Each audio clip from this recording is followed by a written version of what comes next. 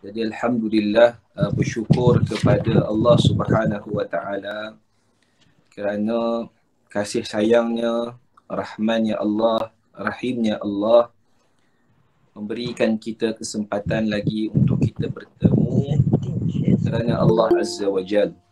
Mudah-mudahan pertemuan kita ini seperti mana yang telah disebutkan di dalam satu hadis Nabi sallallahu alaihi wasallam, 7 golongan yang akan mendapat naungan daripada Allah Azza wa Jal pada hari yang mana tidak ada naungan melainkan naungan Allah Subhanahu wa taala.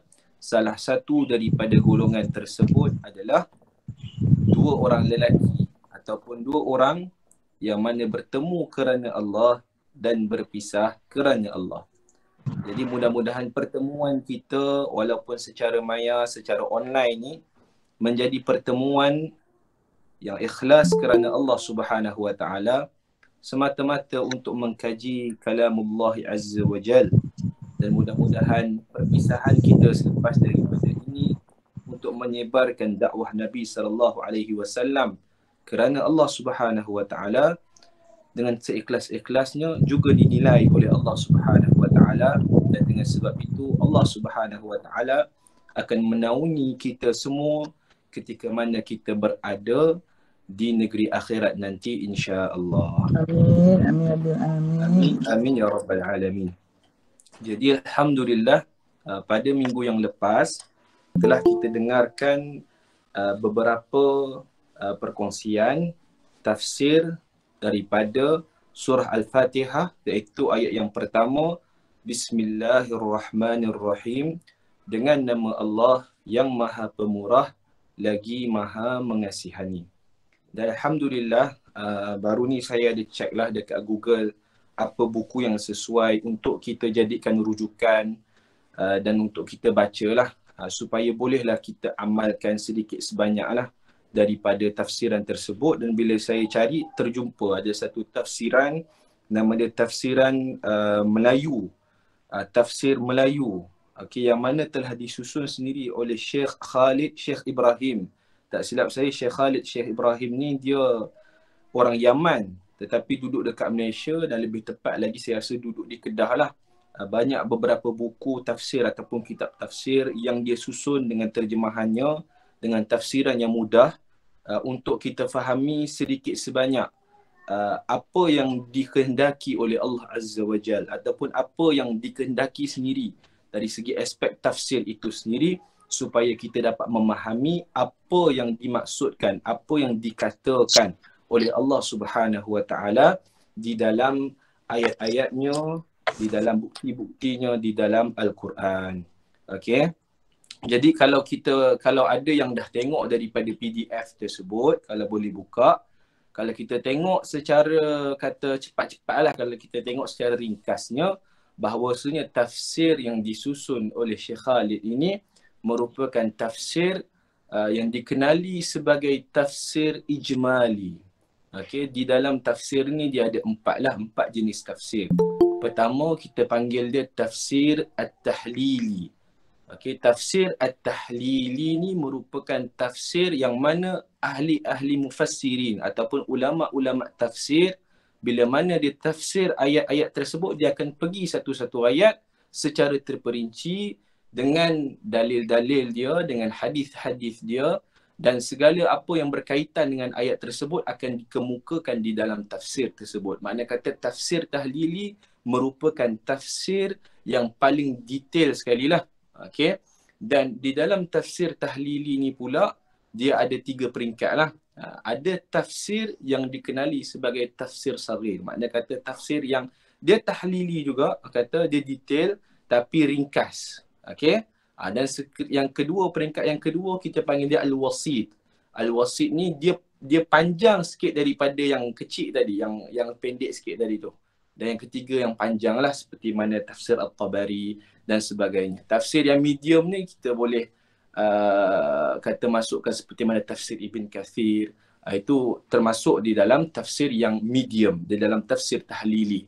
Dan seterusnya tafsir yang saya sebut tadi, tafsir tahlili yang kata syarahan dia, huraian dia tak berapa panjang. Mungkin kalau kita ada buku ataupun kitab yang kita boleh cari, nama dia tafsir Al-Jalalain. Okey, yang tu pun telah diterjemah juga di dalam bahasa Melayu. Okey, itu antara contoh-contohnya. Dan yang seterusnya kita panggil sebagai tafsir ijmali. Tafsir ijmali ni dia lebih ringkas. Makna kata bila pergi ke satu-satu ayat yang kita nak tengok tersebut, dia akan tafsir secara keseluruhan. Tanpa detail sangatlah. Dia akan terus pergi kepada maksud apa yang dimaksudkan daripada ayat tersebut lah. Itu kita panggil tafsir ijmali. Dan yang ketiga nama dia tafsir al-mawdu'i. Okey, tafsir al-mawdu'i ni dia merujuk kepada para ulama tafsir. Dia bila mana nak tafsirkan Al-Quran tersebut, dia akan merujuk kepada setiap tajuk-tajuk lah. Makna kata dia khususkan dalam satu-satu tajuk. Sebagai contoh kita kata Yahudi, tajuk Yahudi di dalam Al-Quran, sabar di dalam Al-Quran. Macam tu. Tafsir merujuk mengikut tajuk yang dikhususkan. Dia lebih fokus kepada satu-satu tajuk lah.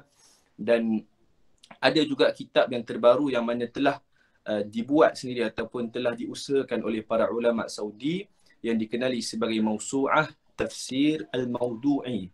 Ensiklopedia Tafsir Mawdu'i. Saya ingat berapa jilid lah, tapi agak mahal, kat 1000 lebih lagi. Itu tak mampu lagi lah nak miliki. Tapi sangat-sangat kata banyaklah faedah yang kita boleh dapat daripada Mausu'ah Tafsir tersebut ataupun ensiklopedia Tafsir tersebut.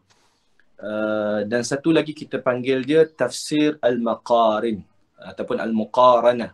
Okay, tafsir yang mana membezakan ataupun dia datangkan dengan semua kata-kata ataupun pendapat-pendapat ulama tafsir. Contohnya dalam tafsir tersebut dia akan datangkan pendapat daripada Al-Imam At-Tabari. Dia akan datangkan juga pendapat daripada Al-Imam Al-Qurtubi. Dia akan datangkan juga pendapat daripada Al-Imam Ibn Kathir. Dan selepas daripada tu barulah dia akan datangkan dengan pendapat yang dirasa rajih di sisi dia lah. Itu dipanggil tafsir al-muqaranah. Okay, itu antara 4 tafsir lah, 4 jenis tafsir. Cara para ulama ahli-ahli tafsir dahulu ketika mana dia nak mentafsirkan Al-Quran. Okay. Jadi yang ada dengan kita sekarang ni yang saya send pada Kak Nur dan Kak Nur telah kata share pada tuan-tuan dan puan-puan sekalian, dikenali sebagai tafsir ijmali lah. Tafsir yang kata secara keseluruhan, tak detail sangat. Ada juga dimasukkan beberapa hadis-hadis yang mana kita boleh dapat manfaat daripadanya dari segi fadilah, kelebihan-kelebihan surah tersebut yang kita boleh amalkan. Okay, so kita boleh katakan ini adalah tafsir ijmali. Okay, hadirin hadirat yang dirahmati oleh Allah Subhanahu wa taala sekalian. Kalau kita tengok pada PDF yang kita ada, okay, PDF yang kita ada muka surat yang ketiga lah. Okay, muka surat yang ketiga. Semua boleh buka ke PDF tersebut? Supaya kita boleh tengoklah satu-satu insya-Allah. Okay, muka surat yang ketiga dia ada bagi tahu kat sini tajuk dia Tafsiran Al-Fatihah dan beramal dengannya. Okay, ni telah kita sebutkan beberapa hadis ini pada minggu yang lepas. Cuma eloklah kita baca jugalah supaya kita dapat manfaat daripada kitab ini insya-Allah. Okay, dia kata kat sini sebuah hadis yang telah dikeluarkan ataupun telah diriwayatkan oleh Al-Imam Bukhari dan Muslim. Okay, bila mana satu hadis itu telah diriwayatkan oleh Imam Bukhari dan Imam Muslim, okay, makna kata hadis tersebut dikenali sebagai hadis muttafaqun alaih. Okay, mungkin barangkali sebelum ni kita dah pernah dengar berkenaan dengan hadis muttafaq alaih. Kita mungkin dengar perkataan ini tapi kita tak faham maksud dia apa. Muttafaqun alaih adalah hadis yang mana telah disepakati ataupun telah diriwayatkan oleh Imam Bukhari juga telah diriwayatkan Muslim. Makna kata hadis tersebut, orang kata hadis yang sahih sangat-sangatlah. Makna kata 2 kali ganda sahih. Imam Bukhari dikenali sebagai kitab dia Sahih Bukhari. Muslim dikenali sebagai Sahih Muslim.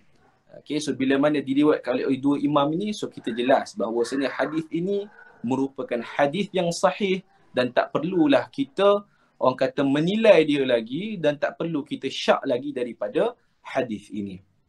Juga telah diriwayatkan oleh Imam Malik. Imam Malik ni merupakan imam kepada mazhab Maliki lah. Di dalam kitab dia, kitab Muwatta'. Okay, kitab Muwatta' ni dikenali sebagai antara kitab-kitab hadis yang utama lah. Okay, yang mana telah disusun oleh Imam Malik. Dan telah diriwayatkan juga oleh Abu Dawud, Nasa'i, Ibnu Majah, Ibnu Jarir dan Ibnu Anbari dari Abu Hurairah radhiyallahu anhuma. Dia meriwayatkan daripada Rasulullah sallallahu alaihi wasallam bersabda, sesiapa yang bersembahyang ataupun solat tidak membaca surah Al-Fatihah yakni Ummul Kitab, maka sembahyangnya itu tidak sempurna ataupun tidak sah.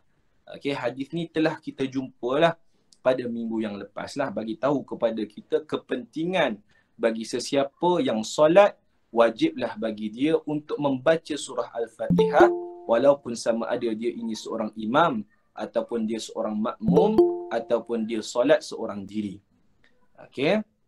Dan dia kata dekat sini, pada masa tu ada seorang periwayat hadis bernama Farisi bertanya kepada Abu Hurairah, "Wahai Abu Hurairah, aku kadang-kadang aku berada di belakang imam dan aku gugup sama ada nak membacanya ataupun tidak."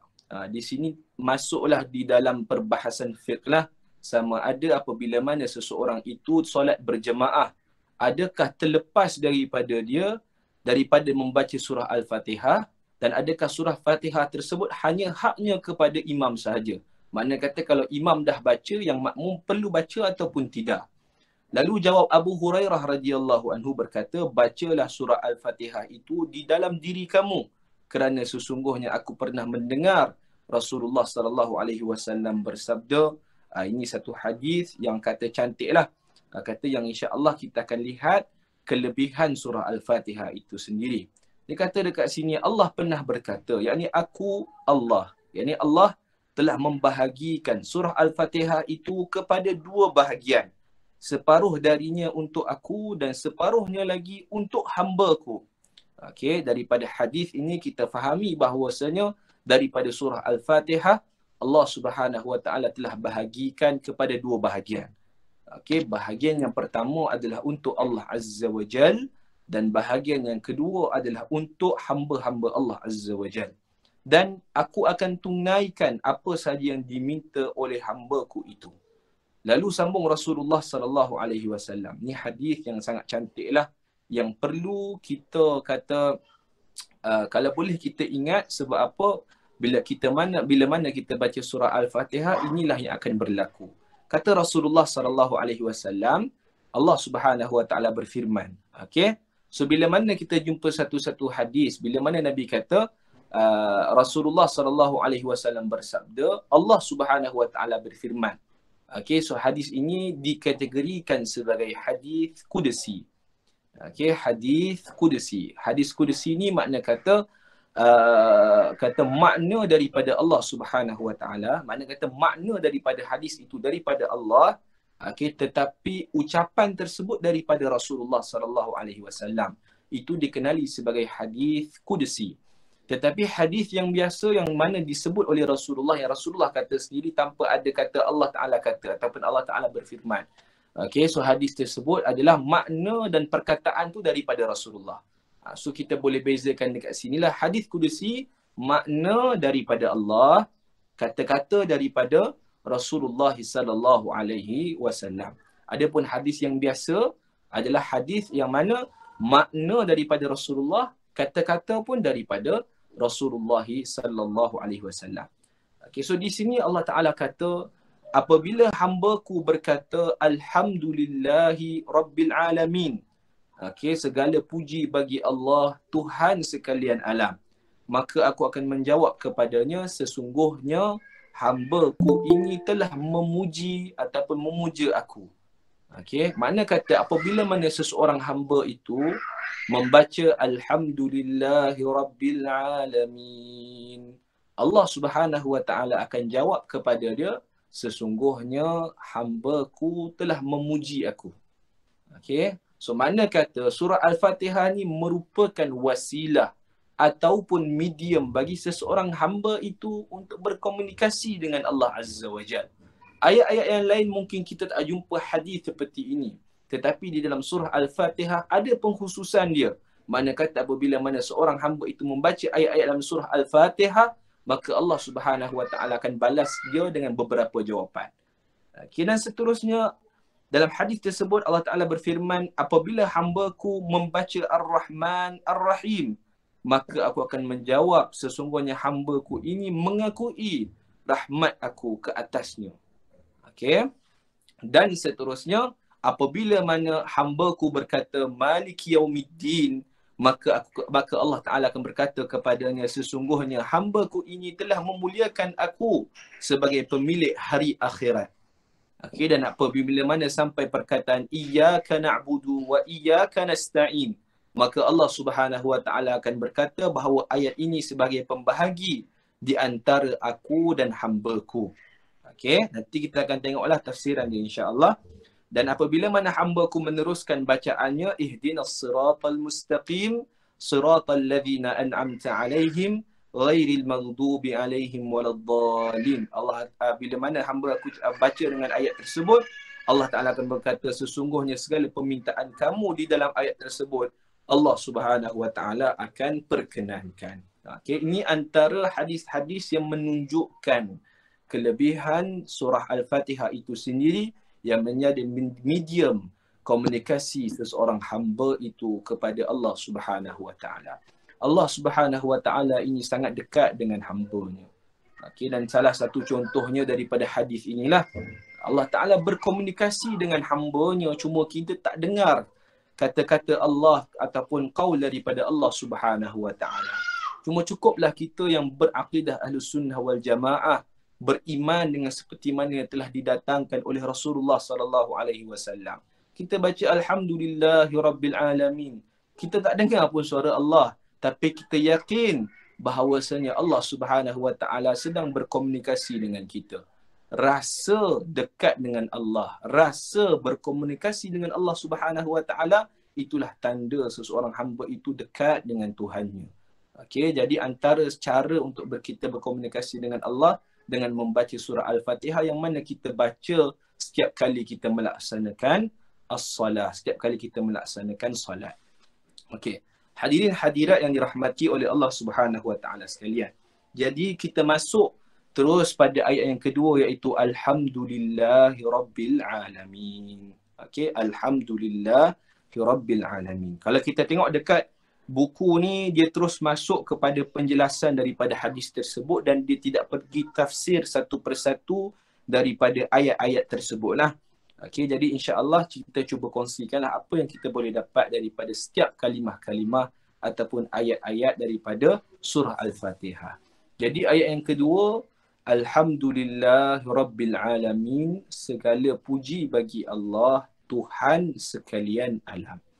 Okey, kalimah alhamdu maksudnya adalah asyukur lillahi khalisan. Ini tanda syukur, sebut syukur ataupun perkataan syukur kepada Allah Subhanahu Wa Taala dengan penuh keikhlasan, tanpa menyekutukan Allah kepada siapa-siapa pun ataupun kepada apa sahaja, tanpa sekutu kepadanya. Itu maksud alhamdulillah, iaitu asyukur lillah. So kalimah alhamdulillah dan kalimah syukur ni merupakan kalimah yang kata ada kaitannya, tetapi dari segi kata pengkhususan ataupun dari segi manakah yang paling umum, manakah perkataan yang lebih khusus yang kita akan tengok nanti insya-Allah. Dan Imam Ibn Jarir rahimahullah mengatakan bahawasanya kalimah alhamdulillah merupakan kalimah yang mana Allah Subhanahu Wa Taala meletakkan kalimah alhamdu ini sebagai pujian bagi dirinya. Makna kata Allah Subhanahu Wa Taala berkata seperti mana sebagai contoh, Allah Subhanahu Wa Taala seolah-olah ingin mengatakan kepada kita, katakanlah wahai hamba-Ku kalimah alhamdulillah. Jadi kalimah alhamdulillah ini dijadikan oleh Allah Subhanahu Wa Taala untuk memuji diri dia. Itu kalimah alhamdulillah. Okey. Dan alhamdulillah dan asyukur. Okey, alhamdulillah, perkataan alhamdu, puji-pujian ini dia lebih umum daripada asyukur. Iaitu terima kasihlah, alhamdu dengan asyukur. Okey. Kedua, perkataan alhamdu lebih umum daripada kalimah asyukur. Okey, sebab apa alhamdu ini kita tak sebutlah untuk macam kita nak berterima kasih kepada seseorang. Macam kata kita orang bagi kat kita barang kita kata alhamdu, macam kita nak kata terima kasihlah alhamdu ala hadza. Puji-pujian ke atas apa yang telah kau beri ni. Taklah. Okey, biasa kita akan cakap syukran ataupun syukur, terima kasih. Itu perbezaanlah di antara kalimah alhamdu dan asyukur. Alhamdu ni dia lebih umum. Mana kata apa sahaja yang kita dapat secara umum kita akan sebut alhamdulillah. Tapi asyukur ni lebih khusus. Macam orang bagi kita barang, kita akan cakap terima kasihlah di atas barang yang dia telah berikan kepada kita. Okey. Hadirin hadirat yang dirahmati oleh Allah Subhanahu wa taala sekalian. Dan terdapat beberapa kata-kata para ulama salaf berkenaan dengan makna, apakah makna alhamdulillah itu sendiri. Okay, telah diriwayatkan daripada Abi Ma'mar, daripada Hafs, dia berkata, telah berkata Umar radhiyallahu anhu kepada Ali ibn Abi Talib. Okay, dan sahabat-sahabat yang berada di sekelilingnya pada ketika itu, dia bertanya, dia kata la ilaha illallah wa subhanallah wallahu akbar qad arafnaha. Dia kata kat sini Umar kata dekat Ali, dia kata la ilaha illallah, subhanallah, Allahu akbar, kita dah tahu dah maksud dia. Kita dah faham maksud dia. Okey, famalhamdulillah. Maka apakah makna alhamdulillah? Qala Ali. Maka Ali radhiyallahu anhu pun berkata, kalimatun ahabbaha Allahu ta'ala li nafsihi. Okey, kalimah ataupun perkataan yang dicintai oleh Allah Subhanahu wa taala untuk dirinya.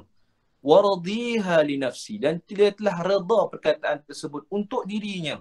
Wa ahabbu an tuqal, dan dia sangat cinta bagi seseorang yang menyebutkan perkataan alhamdulillah tersebut. Wa qala Ibnu Abbas, dan Ibnu Abbas juga berkata, alhamdulillah kalimatus syukur. Alhamdulillah merupakan kalimah ataupun perkataan syukur, tanda syukur. Wa idza qala al-'abdu, dan apabila mana seseorang hamba itu mengatakan alhamdulillah, qala, maka Allah Subhanahu wa taala akan kata kepada dia, syakarani 'abdi, sesungguhnya hamba-Ku telah bersyukur kepada aku. Hadis ini telah diriwayatkan oleh Ibn Abi Hatim. Okey, antara pandangan para ulama salaf ataupun para sahabat radhiyallahu anhum ajma'in, apa yang mereka katakan daripada makna alhamdulillah. So kita fahami di sini bila mana orang tanya pada kita apa makna alhamdulillah. Alhamdulillah ni maksudnya asyukur. Okey, syukur yang ikhlas hanya untuk Allah, kerana Allah Subhanahu wa taala, tanpa kita menyekutukannya. Itu maksud alhamdulillah. Okey. Dan di dalam tafsir Ibn Kathir juga ada telah meletakkan beberapa kelebihan bagi seseorang yang menyebut kalimah alhamdulillah. Seperti mana yang telah diriwayatkan oleh Abu Isa Al-Hafiz At-Tirmizi, yakni Imam Tirmizi lah, dia pemilik kepada ataupun penulis kepada kitab Sunan At-Tirmizi. Dan Nasa'i juga telah diriwayatkan, dan Nasa'i juga telah diriwayatkan Ibn Majah di dalam satu hadis yang mana telah diriwayatkan oleh Musa Ibn Ibrahim Ibn Kathir, daripada Talhah, daripada Kharrash, daripada Jabir Ibn Abdullah berkata, qala Rasulullah sallallahu alaihi wasallam, afdalu dzikri la ilaha illallah. Sebaik-baik zikir ataupun seutama-utama zikir adalah la ilaha illallah, wa afdalud du'ai alhamdulillah, dan yang paling utama sekali dalam berdoa ataupun sebaik-baik doa adalah alhamdulillah. Dan hadis ini dikategorikan oleh Imam At-Tirmizi dengan hadis yang hasan. Okey, jadi seseorang hamba itu daripada hadis ini, bila mana dia ingin berdoa kepada Allah Subhanahu wa taala, maka sebaik baginya untuk memulakan doa tersebut dengan puji-pujian kepada Allah Azza wa Jal dengan mengucapkan kalimah alhamdulillah rabbil alamin. Cukuplah walaupun kita ini tidak memahami ataupun tidak tahu membaca surah Al-Fatihah, cukup kita baca dengan mula-mula kita sebut alhamdulillah rabbil alamin, segala puji bagi Allah Tuhan sekalian alam, dan terus kita mulakan dengan doa kita. Okey, sebab apa dia kata dekat sini, afdalud du'ai alhamdulillah. Doa yang paling bagus sekali, doa yang paling utama sekali adalah doa yang dimulakan dengan alhamdulillah, yakni puji-pujian kepada Allah Azza wa Jalla. Hadirin hadirat yang dirahmati oleh Allah Subhanahu wa taala sekalian. Juga dalam satu hadis yang telah diriwayatkan daripada Sunan Ibnu Majah berkenaan dengan kalimah alhamdulillah, ini terdapat di dalam satu kalimah zikir. Dan hadis ini dikategorikan sebagai hadis yang dhaif.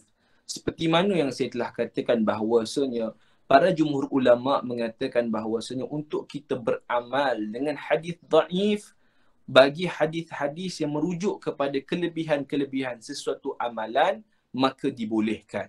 Tetapi jika mana hadis dhaif, merupakan hadis yang mana di dalam isinya merujuk kepada ibadah-ibadah yang baru yang mana tidak ada kaitan ataupun tidak ada sandarnya daripada hadis-hadis yang sahih ataupun daripada ayat-ayat Al-Quran, maka hadis dhaif tersebut akan tertolaklah.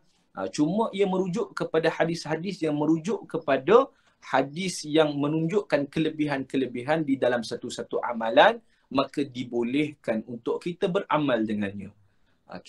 Jadi saya sebutkanlah hadis tersebut diriwayatkan di dalam Sunan Ibn Majah daripada Ibnu Umar. Sesungguhnya Rasulullah SAW telah bercerita kepada mereka atau telah bersabda kepada sahabat-sahabat pada ketika itu, anna abdan min ibadillah qala ya rabbi lakal hamdu kama yanbaghi li jalali wajhika wa azimi sultani.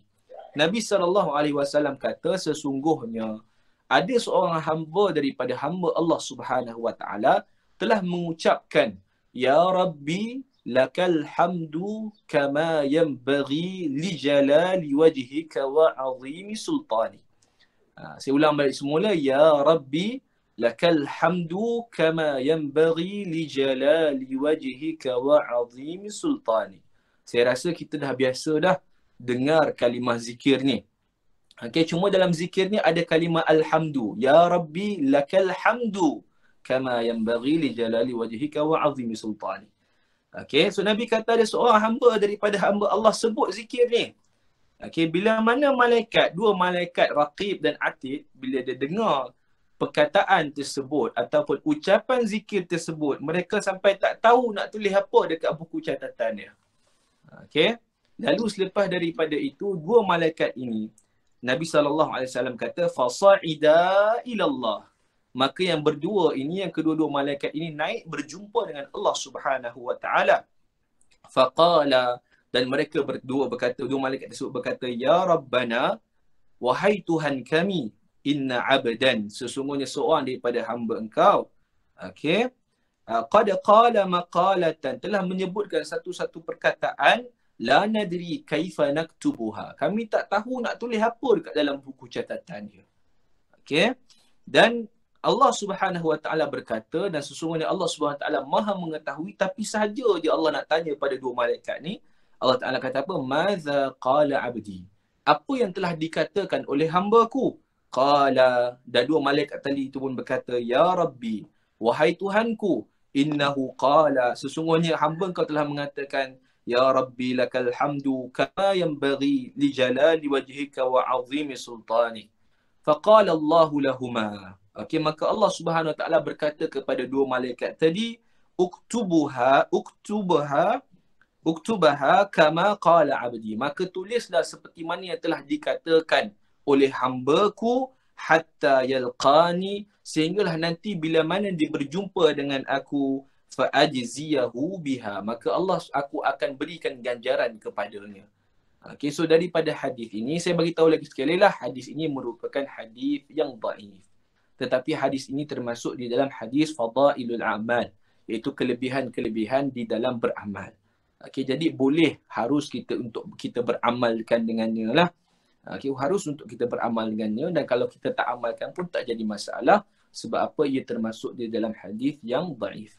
Cuma kalau kita amalkan, kelebihannya telah disebutkan di dalam hadis tadi. Dua malaikat, iaitu malaikat raqib dan atid, tidak tahu nak tulis apa dekat buku catatan kita, lalu dia berdua naik ke langit, jumpa dengan Allah, tanya kepada Allah, lalu Allah Ta'ala suruh dua malaikat tadi tulis seperti mana yang telah disebut oleh hamba-Ku, hamba Allah Subhanahu wa taala tersebut, dan bila mana dia berjumpa dengan Allah, tahulah Allah Subhanahu wa taala memberikan ganjaran kepadanya.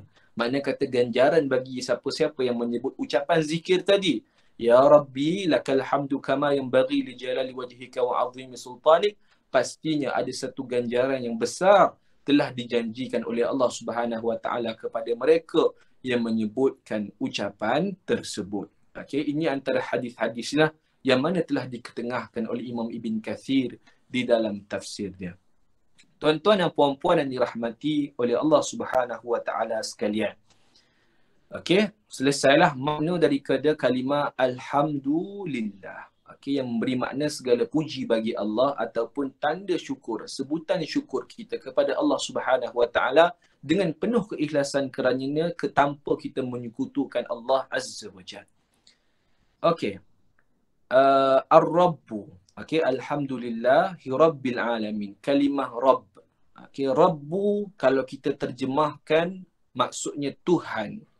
Okey, tetapi dengan terjemahan bahasa Melayu ini tidak menunjukkan kesempurnaan makna Ar-Rabb itu sendiri.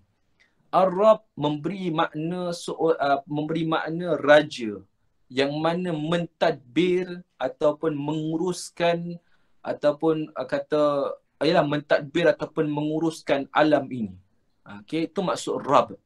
Okay, dialah yang menguasai, dialah yang mentadbir, dialah yang menguruskan semua yang berada dekat atas, yang berada dekat alam ini. Okay, tak kisahlah sama ada berada di dunia ataupun alam semesta, dialah Tuhan yang mana mentadbir segala-galanya. Okay, dan kalimah Rabb ini merupakan kalimah yang kata tidak cukup untuk kita terjemah dengan Tuhan sahaja. Sebab apa? Ia macam tak sempurna kita terjemah dengan Tuhan, padahal ia memberikan makna yang besar, menunjukkan sifat Allah Subhanahu wa taala yang menguruskan gerak giri kita, yang menguruskan alam sekalian alam ini. Okey, dan kalimah Rabb ini kalau kita belajar dalam bahasa Arab lah, kalimah Ar-Rabbu, okey, dia hanya khusus kepada Allah Subhanahu wa taala dan tidak boleh kita gunakan kepada manusia. Yalah, kalau kita terjemah pun maksudnya Tuhan.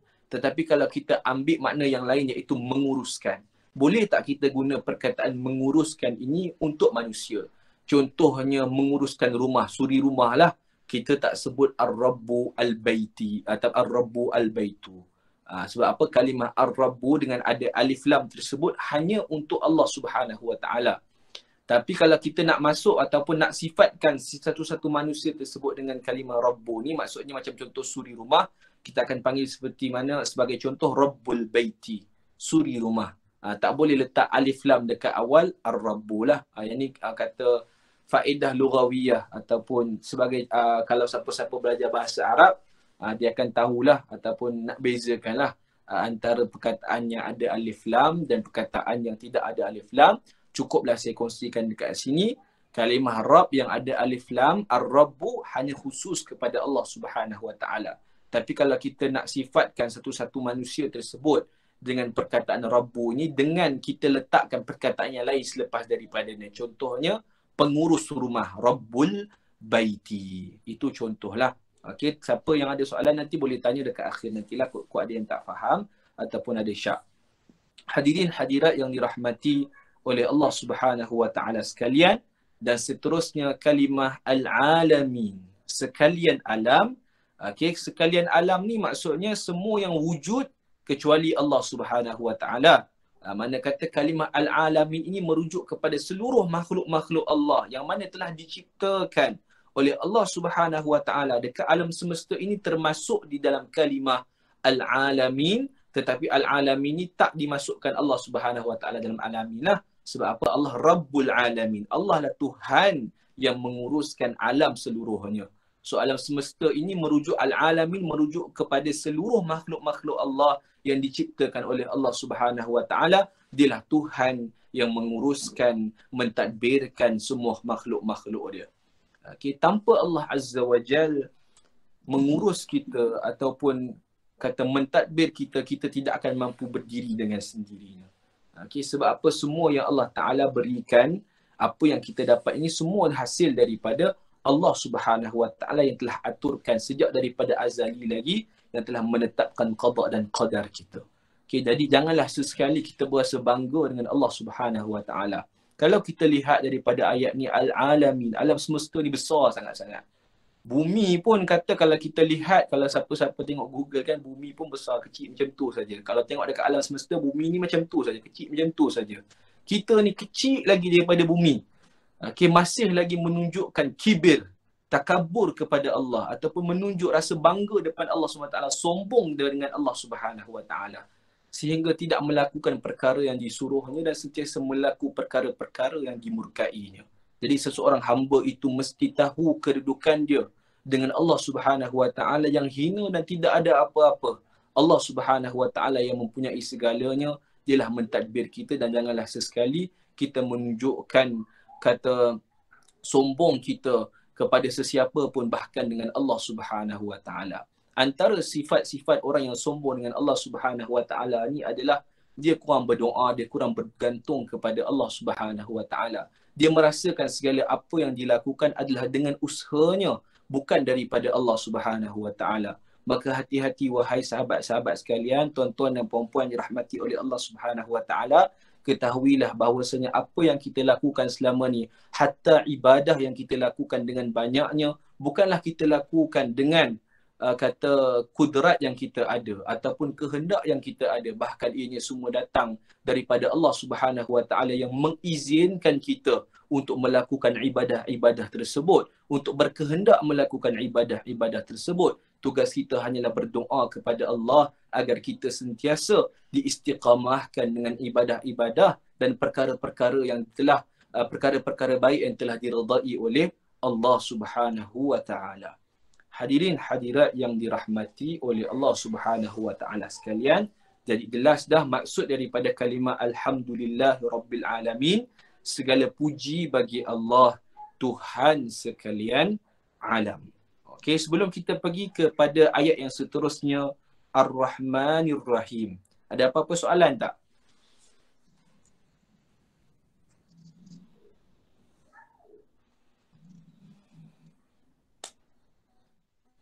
Okey, semua jelas ya? Okey, baik. Seterusnya, ayat yang kedua adalah Ar-Rahmanir Rahim. Okey, yang maha pemurah lagi maha mengasihani. Okey. Di dalam kaedah bahasa Arab, okey, ataupun kaedah ulumul Quran sendirilah, setiap kali Allah Subhanahu wa taala meletakkan satu-satu perkataan yang merujuk kepada targhib ataupun tarhib. Okey, tarhib ni maksudnya satu benda yang mana Allah Taala tunjukkan kekuasaan dia, kehebatan dia, ataupun satu-satu benda yang menunjuk untuk menakutkan hamba-Nya. Itu sebagai contoh secara ringkaslah untuk kita faham kaedah Quran ni, at-tarhib.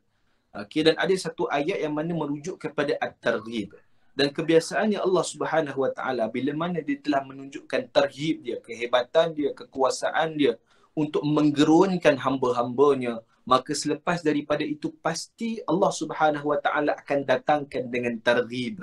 Iaitu Allah Taala akan rendahkan sikit, nak mengajak, nak pujuk balik manusia ini untuk dekat kepada Allah, bagi tahu yang Allah Subhanahu wa taala ni baik, Allah Taala ni Maha Penyayang. Okay, so tadi Allah Ta'ala ayat pertama tadi, Alhamdulillahirabbil alamin, segala puji bagi Allah Tuhan sekalian alam. So ayat ni sangat hebat, tunjukkan kepada kita kehebatan Allah Subhanahu wa taala.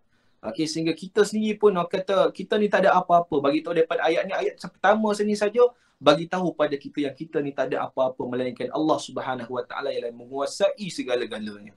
Lepas tu Allah Ta'ala datangkan dengan dua sifat Allah Subhanahu wa taala, iaitu Ar-Rahmanir Rahim. Okay, yang maha pemurah lagi maha mengasihani.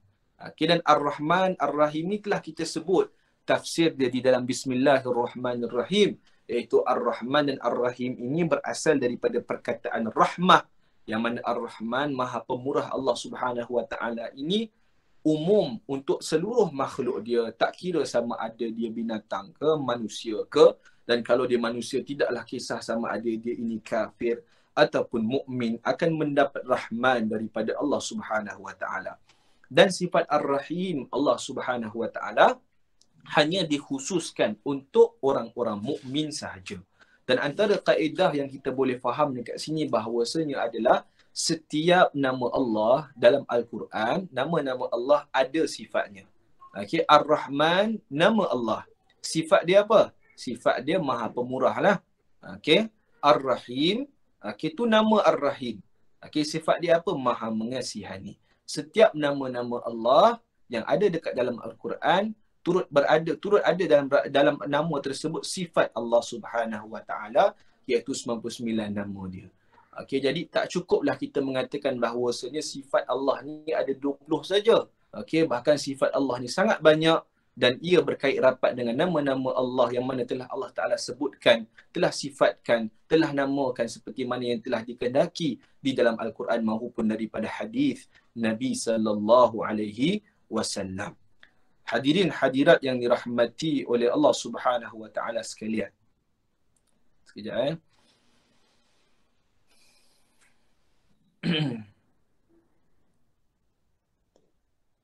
Baik. Okey.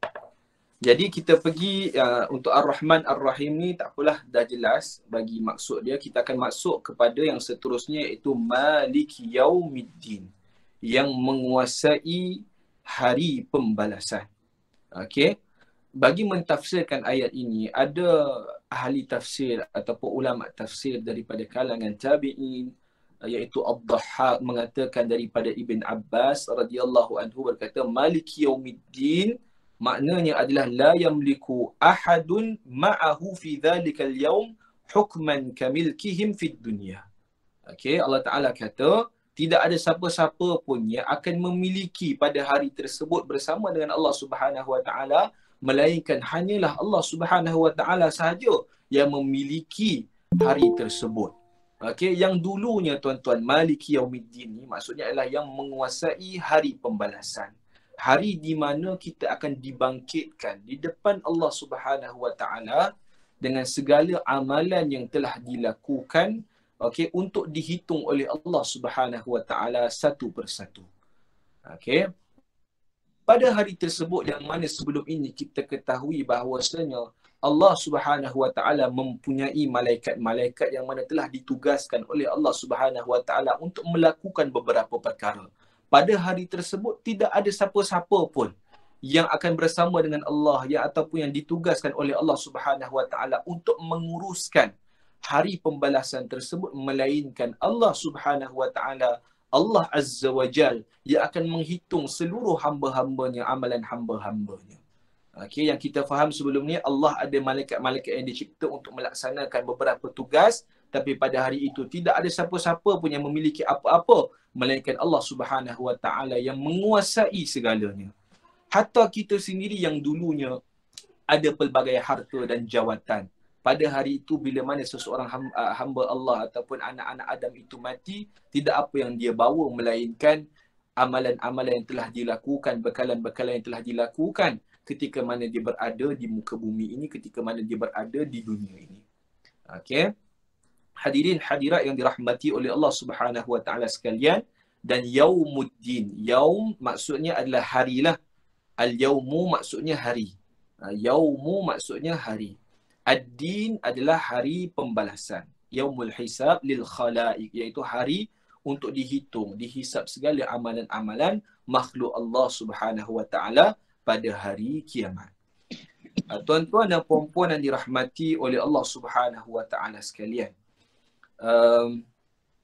untuk kata ayat yang pertama ni lah, daripada ayat yang pertama sampai daripada ayat yang kelima, tak silap saya, ataupun ayat yang keempat lah, daripada Bismillahirrahmanirrahim, Alhamdulillahirrabbilalamin, Ar-Rahmanirrahim, Maliki Yaumiddin. Okey. Sebab tu Allah Ta'ala kata tadi dalam satu hadis yang kudusi yang telah kita bacakan tadi, telah aku bahagikan surah Al-Fatihah ini kepada dua bahagian. Bahagian yang pertama adalah untuk aku, dan bahagian yang kedua adalah untuk hamba-hambanya. Okay, bahagian pertama tadi semua memuji Allah Subhanahu Wa Taala. Bismillahirrahmanirrahim. Alhamdulillahirabbil Ar-Rahmanir-Rahim. Maliki Yaumiddin. Semua yang pertama ini merujuk kepada bahagian kita sebagai bahagian Allah Subhanahu Wa Taala. Memuji dia sebagai seorang hamba, kita puji dia dahulu. Bahagian yang kedua, Allah Ta'ala bahagikan bahagian tersebut kepada hamba-hambanya. So masuk pada ayat yang kelima, iaitu iyyaka na'budu wa iyyaka nasta'in. Hanya kepada engkau kami sembah dan hanya kepada engkau kami memohon pertolongan. Okey. Dan dari segi kaedah bahasa Arab, sepatutnya na'budu iyyaka wa nasta'inu iyyaka. Okey, itu yang biasa digunakan oleh orang Arab lah. Okey. Maksudnya apa? Aku sembah kepada engkau, aku mohon pertolongan kepada engkau. Sepatutnya ayat dia macam tu. Tetapi Allah Ta'ala mengawalkan kalimah iyyaka sebelum perkataan na'budu wa nasta'in. Okey, sebelum na'budu dan nasta'in. Allah Ta'ala sebut apa? Iyyaka na'budu. Hanya kepada engkau kami sembah. Allah Ta'ala letak perkataan hanya kepada engkau kami sembah dan hanya kepada engkau kami mohon pertolongan. Ketahuilah bahawasanya kalimah iyyaka ini merupakan kalimah tauhid yang mana Allah Ta'ala telah ajarkan kepada kita. Makna kata apabila mana seseorang itu ingin menyembah Tuhannya, maka dia perlu mentauhidkan Allah Subhanahu Wa Ta'ala dengan tauhid yang sempurna. Okey, iyyaka, hanya kepada engkau kami sembah. Ini merupakan kalimah tauhid. Allah ajarkan kepada kita, seseorang itu apabila mana dia ingin berjumpa dengan Allah, menghadap Allah Azza wa Jal, menyembah Allah Azza wa Jal, mestilah ia hadir dengan tauhid yang sebenar. Okey, kerana apa? Kesempurnaan satu ibadah tersebut ataupun penerimaan ibadah seseorang tersebut bergantung kepada dua benda. Okey, pertama ittiba' as-sunnah, mengikuti sunnah Nabi. Mana kata ibadah yang kita lakukan pastikan ianya datang daripada Rasulullah, kemas daripada Rasulullah seperti mana yang diajarkan oleh Rasulullah sallallahu alaihi wasallam. Bukan ibadah yang mana ditokok tambah ataupun ibadah yang kita tak tahu daripada mana siapa, bukan daripada hadis Nabi, tiba-tiba ada ibadah tersebut lalu kita amalkan, maka ibadah tersebut ternyata akan ditolak oleh Allah Subhanahu Wa Taala kerana apa? Tidak seperti mana yang dikehendaki oleh Nabi sallallahu alaihi wasallam. Dan yang kedua adalah ikhlas lillahi ta'ala. Ikhlas kerana Allah Subhanahu Wa Ta'ala. Okay, kalau kita buat ibadah, ikut sunnah cantik dah. Daripada awal semua ikut sunnah cantik dah. Tetapi hati kita tak ikhlas kerana Allah. Kita buat ibadah kerana nak tunjuk pada manusia, kita ni banyak ibadah, kita ni lah paling bagus sekali, maka ibadah tersebut pasti ditolak oleh Allah Subhanahu Wa Taala. Maka ketahuilah syarat sah bagi ibadah seseorang itu diterima oleh Allah Subhanahu Wa Taala adalah pertama dengan mengikuti sunnah seperti mana yang dikehendaki oleh Rasulullah sallallahu alaihi wasallam dan ikhlas kerana Allah Subhanahu Wa Taala. Okey, hadirin hadirat yang dirahmati oleh Allah Subhanahu Wa Taala sekalian. Boleh tak kita nak dengar ibadah-ibadah yang mana telah dinasihatkan oleh orang tua-tua kita ataupun tok-tok guru kita ataupun siapa-siapa sajalah yang kita kenal sebagai seorang yang soleh. Dia kata buat amalan-amalan macam ni dapat macam ni. Buat amalan-amalan ni dapat macam ni. Boleh tak kita buat macam tu? Okey, sebaiknya adalah kita mengikuti. Kalau macam dia kata ada perbuatan-perbuatan tersebut, kalau boleh kita tanya, dasarnya daripada mana? Adakah ada hadis Nabi yang ajar kita buat macam ni? Jelas daripada Nabi. Kalau ada, baru kita ikut. Tapi kalau tidak ada, maka sebaiknya kata kalau nak tinggalkan ataupun tidak buat lebih baiklah. Sebab apa? Takut-takut kita telah menambah ibadah yang mana telah tidak diajar oleh Nabi SAW. Sentiasa utamakan ibadah yang mana telah diajar oleh Rasulullah SAW kepada kita. Dan seterusnya, ayat yang seterusnya Allah Ta'ala kata apa? Iyyaka na'budu wa iyyaka nasta'in. Dan hanya kepada engkaulah kami memohon pertolongan. Okey, dan dalam pertolongan ni nak berdoa kepada Allah lah, nak minta tolong pada Allah. Allah Ta'ala ajarkan kita lagi sekali untuk mentauhidkan dia dengan sebenar-benarnya, dengan kesempurnaannya. Okey, sebab apa? Bila mana seseorang hamba itu ingin memohon pertolongan kepada Allah, maka haruslah dia meminta pertolongannya terus direct kepada Allah Subhanahu Wa Ta'ala. Okay, tak perlulah dia datangkan dengan apa-apa sahaja bukti ataupun apa sahaja perkara untuk menguatkan pertolongan permintaan dia kepada Allah Subhanahu Wa Taala. Allah Taala telah sebut di dalam Al-Quran, wa qala rabbukum ud'uni astajib lakum, dan katakanlah Muhammad, jika mana mereka berdoa kepada aku, nescaya aku akan kabulkan doa mereka, aku akan mustajabkan doa mereka. Okey, ini kata Allah. Bila mana seseorang berdoa, pasti Allah Subhanahu Wa Taala akan kabulkan doa dia. Jadi tak perlulah kita untuk bertawassul dengan apa-apalah, hatta dengan orang mati ke, dengan para wali ke, untuk sampaikan doa kita pada Allah. Allah tak perlukan makhluk dia. Okey, Allah Taala sifat dia, dia kata kepada kita, doa pada aku Allah Taala akan kabulkan. Jangan sesekali kita kata aku ni hamba, aku ni siapalah nak dibandingkan para ulama, para wali-wali, kena minta tolong para wali baru sampai doa tersebut. Tidak. Allah Taala nak dengar kita sendiri minta tolong daripada dia. Jadi jangan sesekali kita masukkan unsur-unsur yang mana boleh menyebabkan kita mensyirikkan Allah Subhanahu Wa Taala hatta di dalam ibadah kita dan doa kita ketika mana kita memohon pertolongan kepada Allah Subhanahu Wa Taala. So ayat ini, ayat yang kelima, iyyaka na'budu wa iyyaka nasta'in, hanya kepada engkau kami sembah dan hanya kepada engkau kami memohon pertolongan. Antara faedah yang kita boleh dapat di sini adalah Allah Ta'ala ajarkan kepada kita untuk mentauhidkan Allah Subhanahu Wa Ta'ala terlebih dahulu sebelum kita berdoa kepada dia dan sebelum kita memohon pertolongan daripada Allah Azza wa Jalla. Okey, hadirin hadirat yang dirahmati oleh Allah Subhanahu Wa Ta'ala sekalian. Okey, ada apa-apa soalan ke? Saya rasa dah dekat sejam ni. Hari ni saya tak ada kelas. Tu jadi saya cakap pun tak kisah waktulah. Hari-hari sebelum ni jadi kata terkejar-kejar sikit. So bila tak ada kelas ni seronok sikit lah bercakap, tak adalah tension sangat. Kalau ada yang nak bertanya sebelum kita sambung ayat yang ke-6, boleh tanya insya-Allah.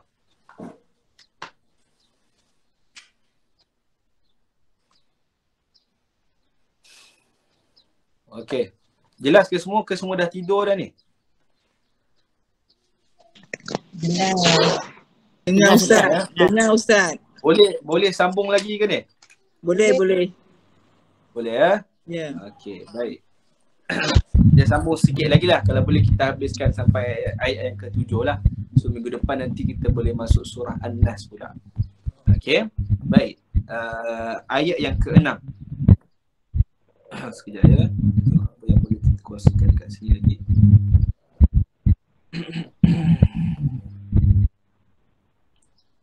Okey, tak apa. Okey, bismillahirrahmanirrahim. Okey, untuk ayat yang ke-6, ihdinas siratal mustaqim, tunjukkanlah kami jalan yang lurus. Siratal mustaqim. Okey. Tunjukkan kami jalan yang lurus. Ihdina maksudnya dulluna, bimbing kami, tunjuk kami, ajarkan kami jalan yang lurus. Okey, as-siratal mustaqim. Okey, as-siratal mustaqim ni apa maksud dia? Adakah titian sirat yang kita akan lalu ketika mana kita berada di hari akhirat nanti, yang mana di bawahnya disifatkan oleh Rasulullah sallallahu alaihi wasallam ada neraka di bawahnya, dan di akhir penghujung titian sirat adalah syurga? Adakah itu yang dimaksudkan ataupun ada maksud yang lain? Okey. So tak apa, ihdina ni maknanya mudahlah, bimbinglah kami, tunjuklah kami pada jalan yang lurus. Tuan-tuan, walaupun kita ini macam tadilah kita dah sebut tadi, iyyaka na'budu wa iyyaka nasta'in, hanya kepada engkau kami sembah dan hanya kepada engkau kami mohon pertolongan. Lepas tu Allah Ta'ala letakkan pula ayat ihdinas siratal mustaqim, tunjukkanlah kami jalan yang lurus. Okey, padahal seseorang itu bila mana dia nak beribadah kepada Allah, bila mana dia telah memohon pertolongan Allah Subhanahu Wa Taala, pastinya dia ini adalah seorang yang Islam, seorang Muslim. Tetapi kenapa Allah Ta'ala letakkan ayat ni? Seolah-olah Allah Ta'ala bagi tahu kepada kita, wahai hamba-hambaku, berdoalah kepadaku dengan satu doa, iaitu tunjukkanlah kami jalan yang lurus. Okey, wahai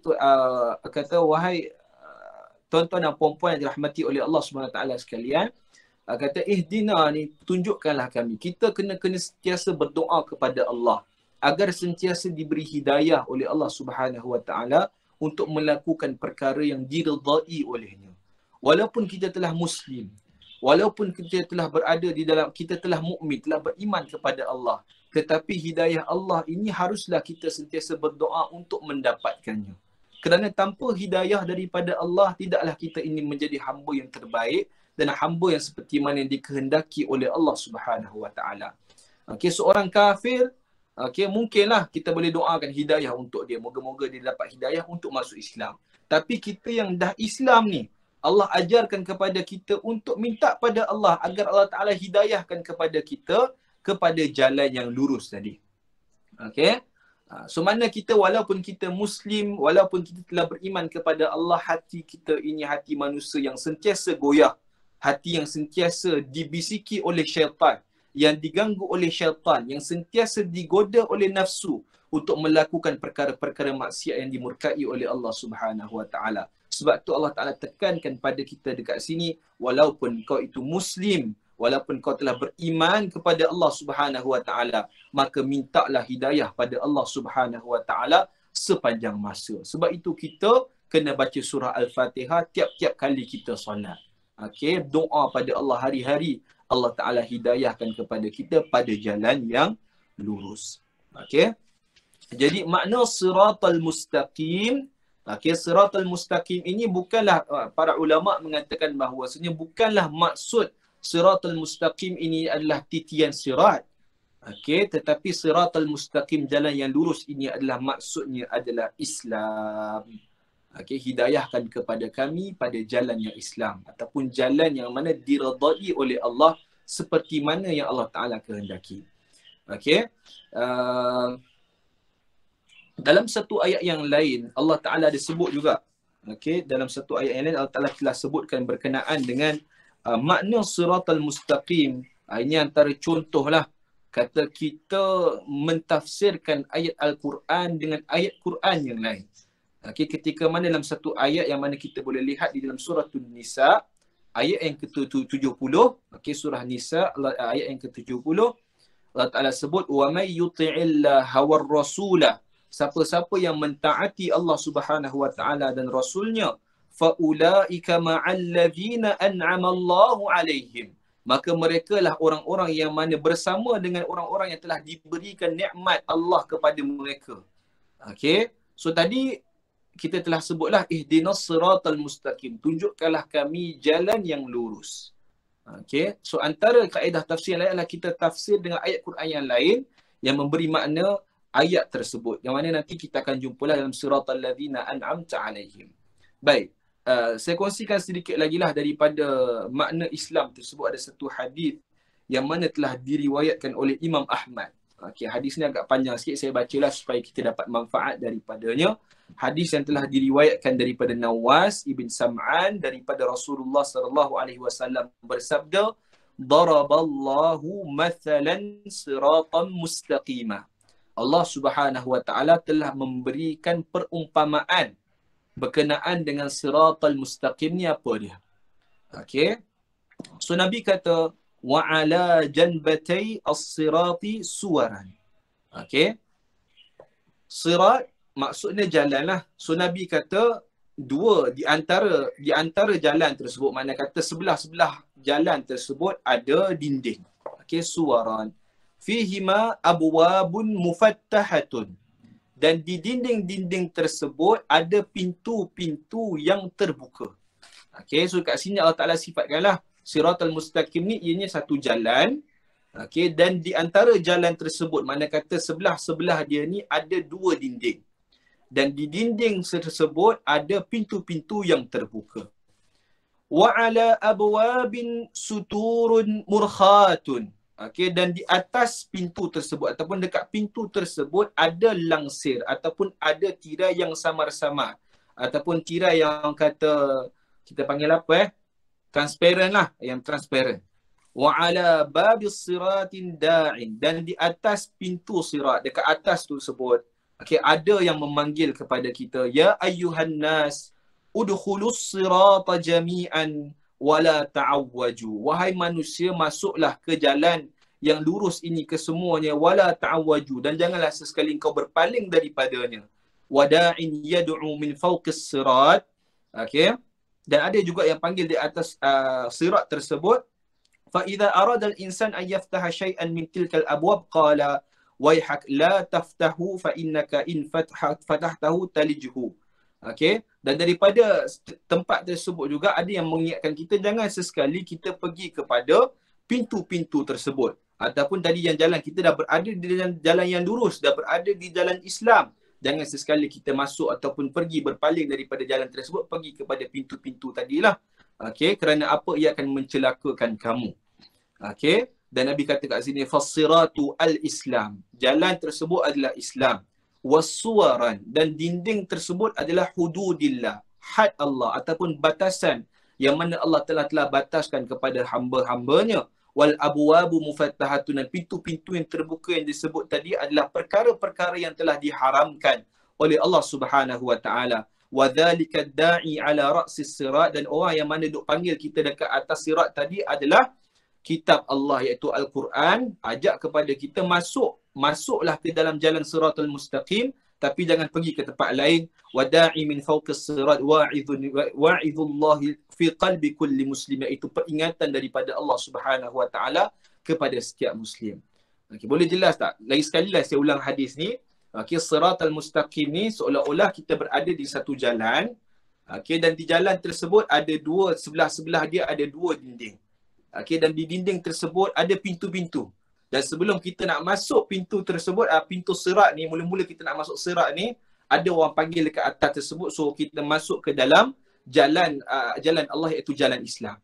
So bila seseorang tersebut dah masuk ke dalam jalan Islam, ada pula orang duk ingat pada kita, jangan kita masuk ke kanan, jangan kita masuk ke pintu-pintu tersebutlah. Jangan kita berpaling daripada jalan siratal mustaqim ni, teruskan sampai habis, sampai kita mati.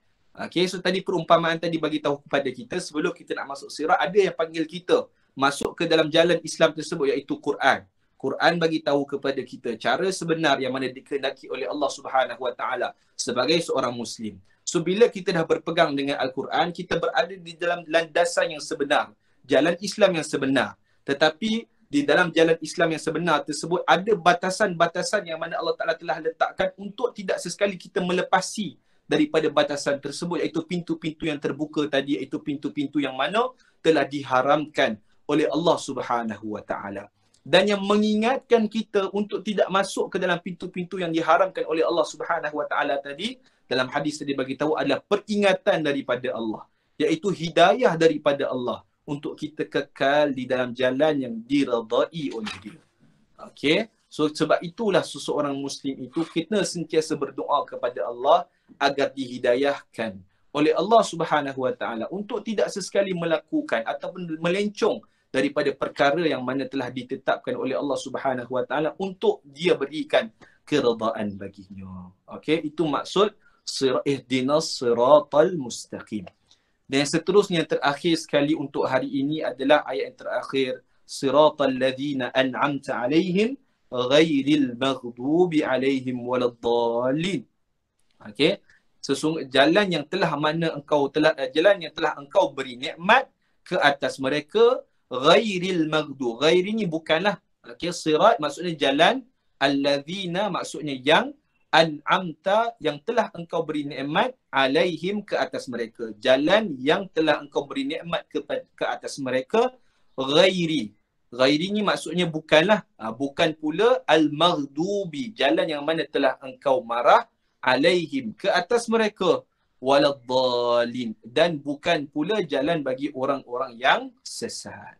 Okey, so dekat sini macam saya kata tadilah, kaedah tafsir Al-Quran dengan ayat Quran yang lain. Siratal ladzina an'amta alaihim, jalan-jalan yang mana telah engkau beri nikmat kepada mereka. Apakah jalan yang mana yang Allah Taala telah beri nikmat kepada mereka? Siapa yang mana Allah Taala telah maksudkan yang Allah Taala telah beri nikmat kepada mereka? Allah Taala sebut dalam surah An-Nisa ayat 70 yang saya sebut tadi, wa may yuti'illaha war rasula fa ulaika ma'al ladzina an'ama Allahu alaihim minan nabiyyin was-siddiqin wasyuhada'i was-salihin wa hasuna ulaika rafiqa. Siapa-siapa yang mentaati Allah dan Rasulnya, maka mereka lah yang akan bersama-sama dengan orang yang mana Allah Ta'ala telah beri nikmat ke atas mereka daripada kalangan para nabi, daripada kalangan para siddiqin, para syuhada dan para salihin, wa hasuna ulaika rafiqa. So kita faham di sinilah siapa yang mana Allah telah beri nikmat, iaitu para nabi, para siddiqin, para syuhada. Okey, jalan-jalan mereka inilah yang kita kehendaki, yang kita nak. Sebab itulah jalan yang mana Allah Ta'ala telah beri nikmat kepada kita dan telah Allah Ta'ala redha ke atas mereka semua. Mudah-mudahan kita berada di jalan tersebut insya-Allah. Dan Allah Ta'ala kata apa pula? Ghairil maghdubi alaihim. Dan bukan pula jalan yang telah engkau murkai ke atas mereka. Siapa yang Allah Ta'ala telah murka? Okey. Yang telah murka pada Allah Subhanahu Wa Ta'ala, ayat ini merujuk kepada adalah orang-orang Yahudi. Okey, Yahudi. Maghdubi alaihim. Orang-orang Yahudi ni tuan-tuan dan puan-puan yang dirahmati oleh Allah Subhanahu Wa Ta'ala. Kenapa Allah Ta'ala murka pada mereka? Kerana mereka modified agama mereka. Ataupun bukan modified. Okey, yang tu untuk Nasara, jenis untuk Nasrani ni, Kristian. Yahudi ni dia tahu benda yang kata benda yang benar. Okey, dia tahu Islam itu benar, tetapi dia tidak ingin masuk Islam, dia tidak ingin beriman kepada Allah Subhanahu Wa Ta'ala seperti mana yang dikehendaki oleh Allah Subhanahu Wa Ta'ala. Sebab itu Allah Ta'ala murka kepada orang-orang Yahudi. Ya, asalnya orang-orang Yahudi ni merupakan kaum-kaum yang mana Allah telah angkat mereka, tetapi mereka berpaling daripada Allah Subhanahu Wa Ta'ala. Mereka tidak mahu mengikut seperti mana yang dikehendaki oleh Allah Subhanahu Wa Ta'ala. Sebab itulah Allah Ta'ala murka pada mereka. Dan seterusnya, waladhdallin, dan bukan pula jalan orang-orang yang sesat. Orang-orang yang sesat ini merujuk kepada orang-orang Nasrani, iaitu orang-orang Kristian, yang mana mereka ini dapat agama mereka yang suci daripada seperti mana yang telah diajarkan oleh Nabi Isa alaihi salam, tetapi mereka modified agama mereka untuk kata hawa nafsu mereka sendiri, untuk memenuhi keinginan nafsu mereka sendiri. Maka sebab itulah mereka ini termasuk daripada golongan-golongan yang sesat, yang mana mereka sendirilah yang menyesatkan diri mereka hanya semata-mata untuk memuaskan nafsu-nafsu mereka. Okey, so bezakanlah al-maghdub alaihim. Mungkin sebelum ni kita tahu orang-orang yang dimurkai Allah. Siapa yang dimurkai? Yang dimaksudkan di sini adalah orang-orang Yahudi. Okey, dan waladhdallin, orang-orang yang sesat tersebut adalah orang-orang Nasrani. Kenapa Allah Taala murka orang Yahudi? Kerana mereka tahu benda benar tetapi mereka tak mahu beriman. Orang Nasrani, kenapa mereka digelarkan sebagai orang-orang yang sesat? Mereka ada dah agama yang suci asalnya. Lepas tu mereka pesongkan agama mereka modified agama mereka untuk memuaskan nafsu mereka sendiri. Benda ni berlaku jugalah di kalangan kita semua.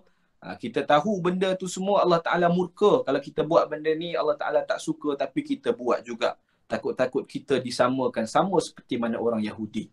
Okay, sama juga Nasrani, orang Kristian. Allah Ta'ala dah ajar dah benda yang jelas, yang sahih, tapi dia duk ubah, dia duk modify, dia ikut suka dia lah, guna dalil ikut suka dia untuk puaskan nafsu dia. Itu adalah perangai-perangai orang Kristian ataupun orang-orang Nasrani. Baik. Jadi insya-Allah ada apa-apa soalan ke? Minta maaf lah ambil masa lebih sikit hari ni. Sebelum kita tutup majlis kita, dan insya-Allah minggu hadapan kita akan masuk pada tafsir surah An-Nas insya-Allah. Sebelum tu tuan-tuan dan puan-puan yang dirahmati oleh Allah Subhanahu Wa Taala sekalian, antara manfaat daripada tafsir surah Al-Fatihah yang kita boleh dapat di sini adalah Allah Ta'ala ajarkan kepada hamba-hambanya, apabila mana hamba-hamba dia ingin berdoa kepada Allah, meminta kepada Allah, maka mulakanlah dengan puji-pujian kepada Allah Subhanahu Wa Taala. Kalau kita tengok daripada ayat 1 sampai 4, kita dok puji Allah Subhanahu Wa Taala. Lepas tu 5 sampai 7, iyyaka na'budu, hanya pada Engkau kami sembah, hanya kepada Engkau kami mohon pertolongan. Baru kita berdoa, ihdinas siratal mustaqim, ya Allah, tunjukkanlah kami jalan yang lurus. Okay, sirat, lepas tu kita bagi tahulah makna daripada siratal mustaqim. Allah Ta'ala ajarkan kepada kita, wahai hamba-hambaku, bila nak berdoa, puji aku dulu. Jangan terus berdoa, ya Allah aku nak kaya, ya Allah aku sakit, aku nak sihat. Jangan macam tu. Itu tak beradab lah dengan Allah Subhanahu Wa Taala. Tapi nak berdoa boleh tak? Boleh. Cuma sebaik-baik doa adalah doa yang dimulakan dengan puji-pujian kepada Allah. Puji Allah dulu. Ya Allah, walaupun kita tak tahu bahasa Arab, puji Allah. Ya Allah, Kau Maha Pemurah, Kau Maha Mengasihani, Kau Maha Baik, Kau Maha Cantik, Kau Maha Hebat. Lepas tu barulah kita datangkan doa kita, hajat kita kepada Allah Subhanahu Wa Taala. Dan antara cara untuk kita dimakbulkan doa adalah dengan cara seperti mana yang diajarkan oleh Allah Subhanahu Wa Taala di dalam surah Al-Fatihah ni. So janganlah kita kata lepas ni duk mengadu lah kenapa doa aku tak makbul, kenapa doa aku tak makbul. Bukan tak makbul, kadang-kadang doa kita ini tak kena cara ataupun tak kena kriteria seperti mana yang dikehendaki oleh Allah Subhanahu Wa Taala. Allah Taala tak perlu pun kadang-kadang pujian untuk dia tak perlu pun. Dia pun dah maha hebat. Dah kata dah maha suci dah. Tak puji pun Allah Taala begitulah sifatnya.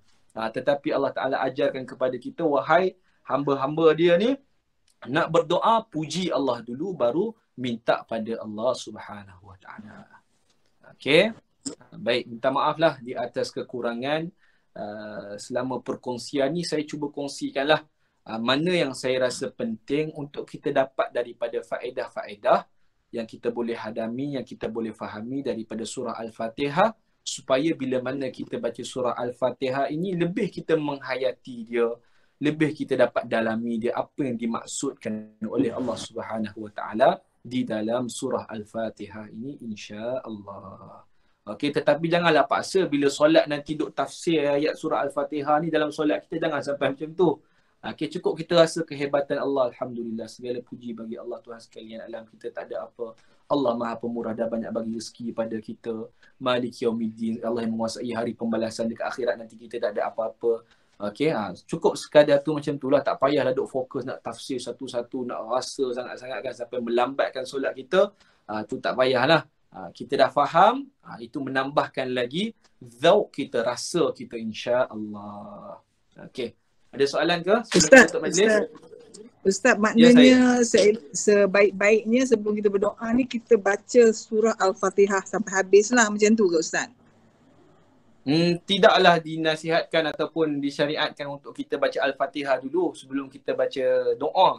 Kita mulakan dengan apa sahaja pujian, tak kisahlah dalam bahasa Melayu ke, mulakan dengan apa sahaja pujian, lepas tu baru kita berdoa dengan apa sahaja doa. Okay. Itu faedah yang kita dapat surah Fatihah dah ni. Kita dah puji Allah, lepas tu baru kita minta tolong pada Allah, minta pada Allah. Macam tu cara dia.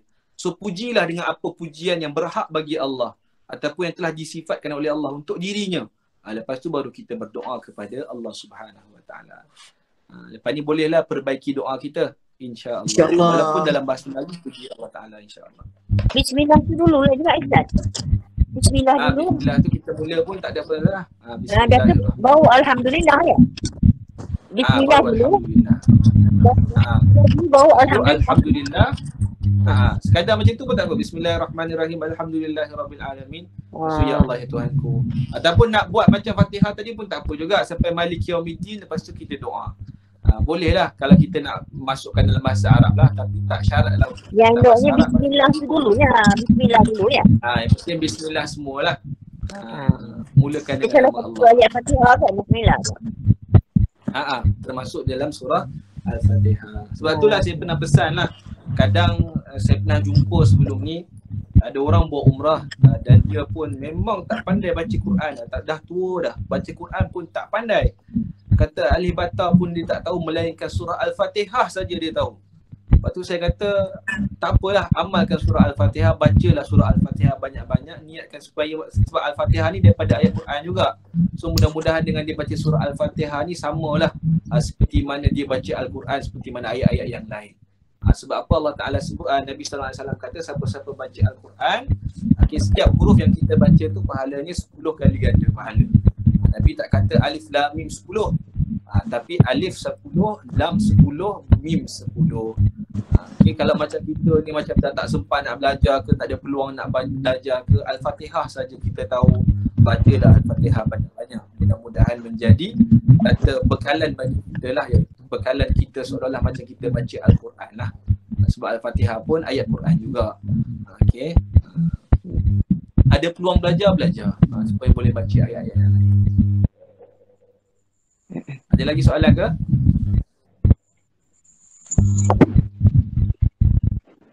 Okey, jadi alhamdulillah, minta maaflah di atas kekurangan sepanjang perkongsian kita. Jadi insya-Allah minggu hadapan kita akan tengok di dalam surah An-Nas pula. Okey.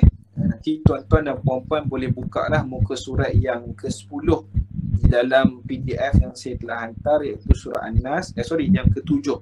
Muka surat yang ke-7, boleh bacalah sekali bantu minggu dan insya-Allah kita akan bincangkan satu persatu makna ataupun ayat daripada surah An-Nas ini insya-Allah dan apakah kelebihannya. Jadi kita tutup majlis kita dengan kafarah. Ustaz, Ya, minggu depan waktu yang sama ke?